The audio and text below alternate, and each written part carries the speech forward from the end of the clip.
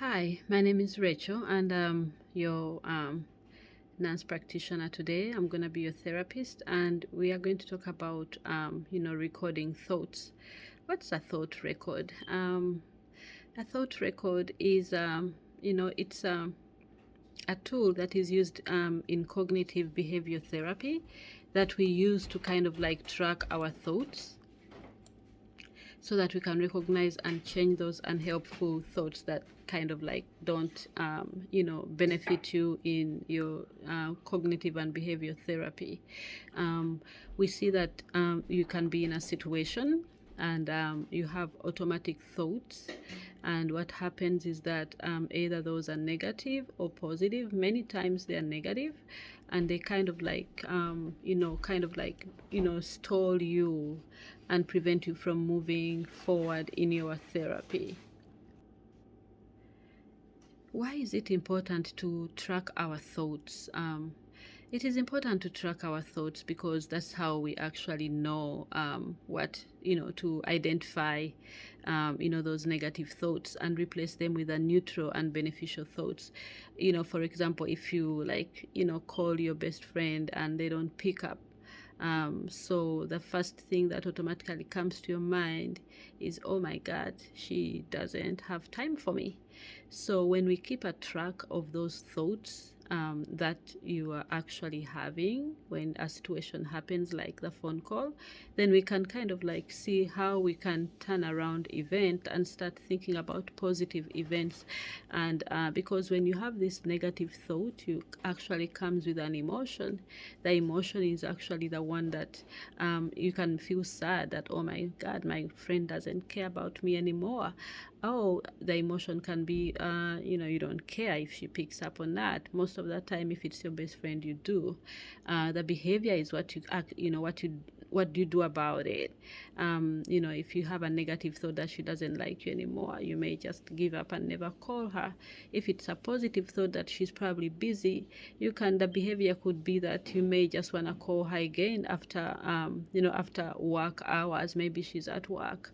And we do have alternative thoughts, and these alternative thoughts can be the opposite of the negative thoughts. Like the alternate thought could be that what else could be happening. Think about a happy moment when you actually talked with your friend for hours, but unfortunately she doesn't have time for just didn't pick up today. How will I use this information in my future practice as a nurse practitioner? Um, it will help me to identify where the problem is, what is negative, what are you thinking about in a negative way, and what can we do to make it better. One thing I like to know with my patients is that when you keep track of your records, we have something to focus on when you come back the next time to the office. We have something to focus on. Are you having thoughts whereby you generalize everybody that they just don't care? What are we doing here? So it will kind of like give me a direction on where to focus, and so we can reduce the instances of the distorted cognitive thoughts, because this can affect behavior, because the way you think, your behaviors are going to be affected, just because of that. So how do we record thoughts? We record thoughts in a situation like I've already described. If you have a situation like, you have your friend, you want to call your friend, she doesn't pick up, she probably is at work. So record the thought, immediately after the situation. What is the first thing you think about after, if say a situation or an undesirable event? The first thing you think about is, she's either too busy or she just didn't pick up or ignored my phone call. I'm just using it as an example. The emotion is how you feel. That's how you record your thoughts. It's important you do have a log and write down immediately, so that otherwise you're going to forget, how you felt when she didn't pick up. The behavior is how you reacted, about it. Did you call her again, or did you just delete her number from your phone? The alternate thought is, something different from what you're thinking, something different from the immediate thought. And this is how we do it. When do we record these thoughts? Immediately after we think about them in a situation, and kind of like ponder around, why am I feeling this way, and so on. Sometimes we can have unhelpful thoughts. When I'm just using the example, when you use the phone call, and they don't pick up, and then you just some of the unhelpful thoughts you can be, oh, it's not the first time she's not picked up my phone call, I'll call her again after work hours. So you can kind of like, much as we don't have much control over the immediate thoughts, we can actually revisit what we thought then and start to work on those negative thoughts to make them beneficial, so that we can have better relationships and have better response in terms of behavior on how we respond in our thoughts.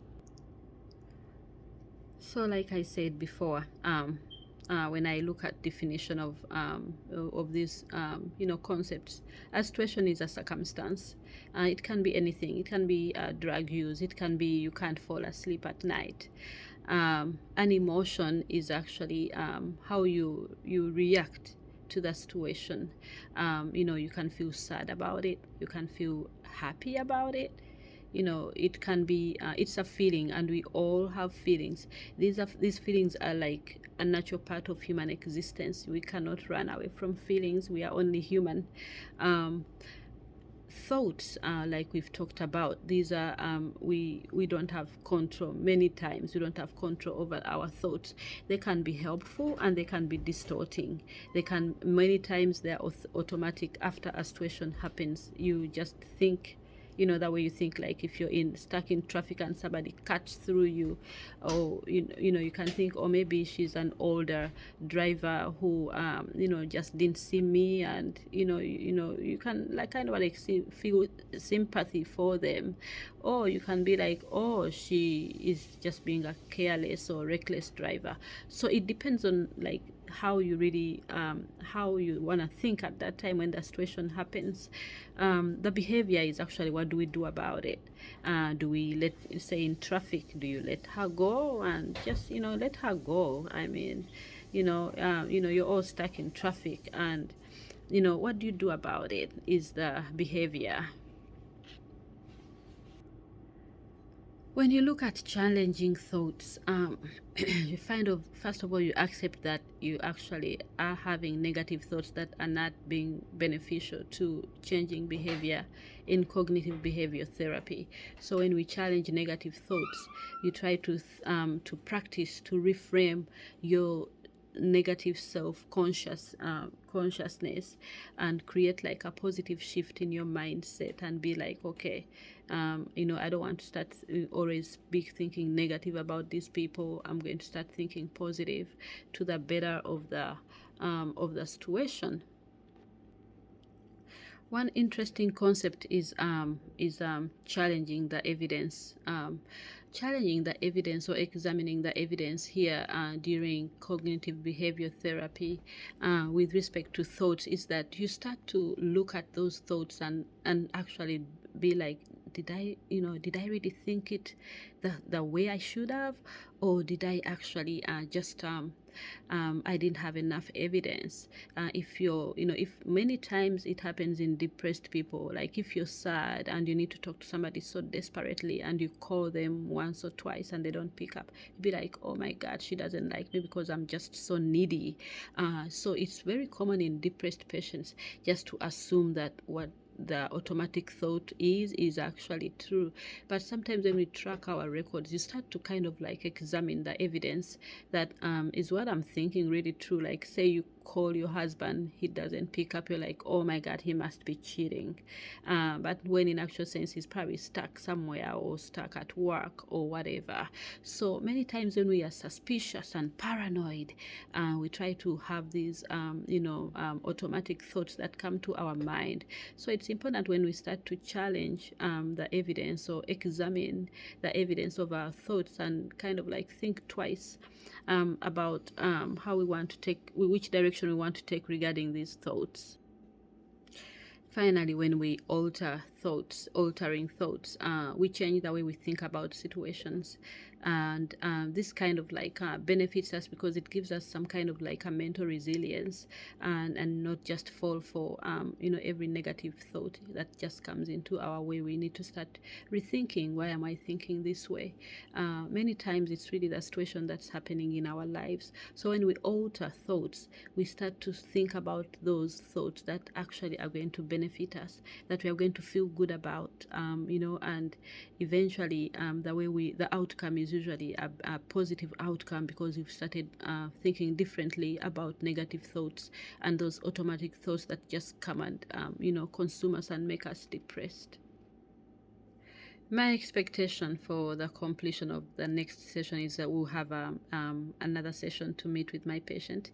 And when I meet with my patient, I would like on the next session to kind of like work on a couple of thoughts, that we can alter some thoughts, that we can start examining the evidence about our automatic thoughts, and that we can have like concrete goals on how we want to move forward, and try to shift our way we think towards a situation, and also see how this can affect our emotions, because like I said, we are all human. So what will the next session look like? I think we'll have a better way to approach our thoughts on our next session. This is because we'll have a goal, and we'll have defined a goal, and our goal will be depending on those thoughts. I would also like examine underlying beliefs, because these are the ones that shape the perception and interpretation of events. The way we look at a situation depends on how we perceive it. How either we perceive it in a spiritual way, or in a physical arena.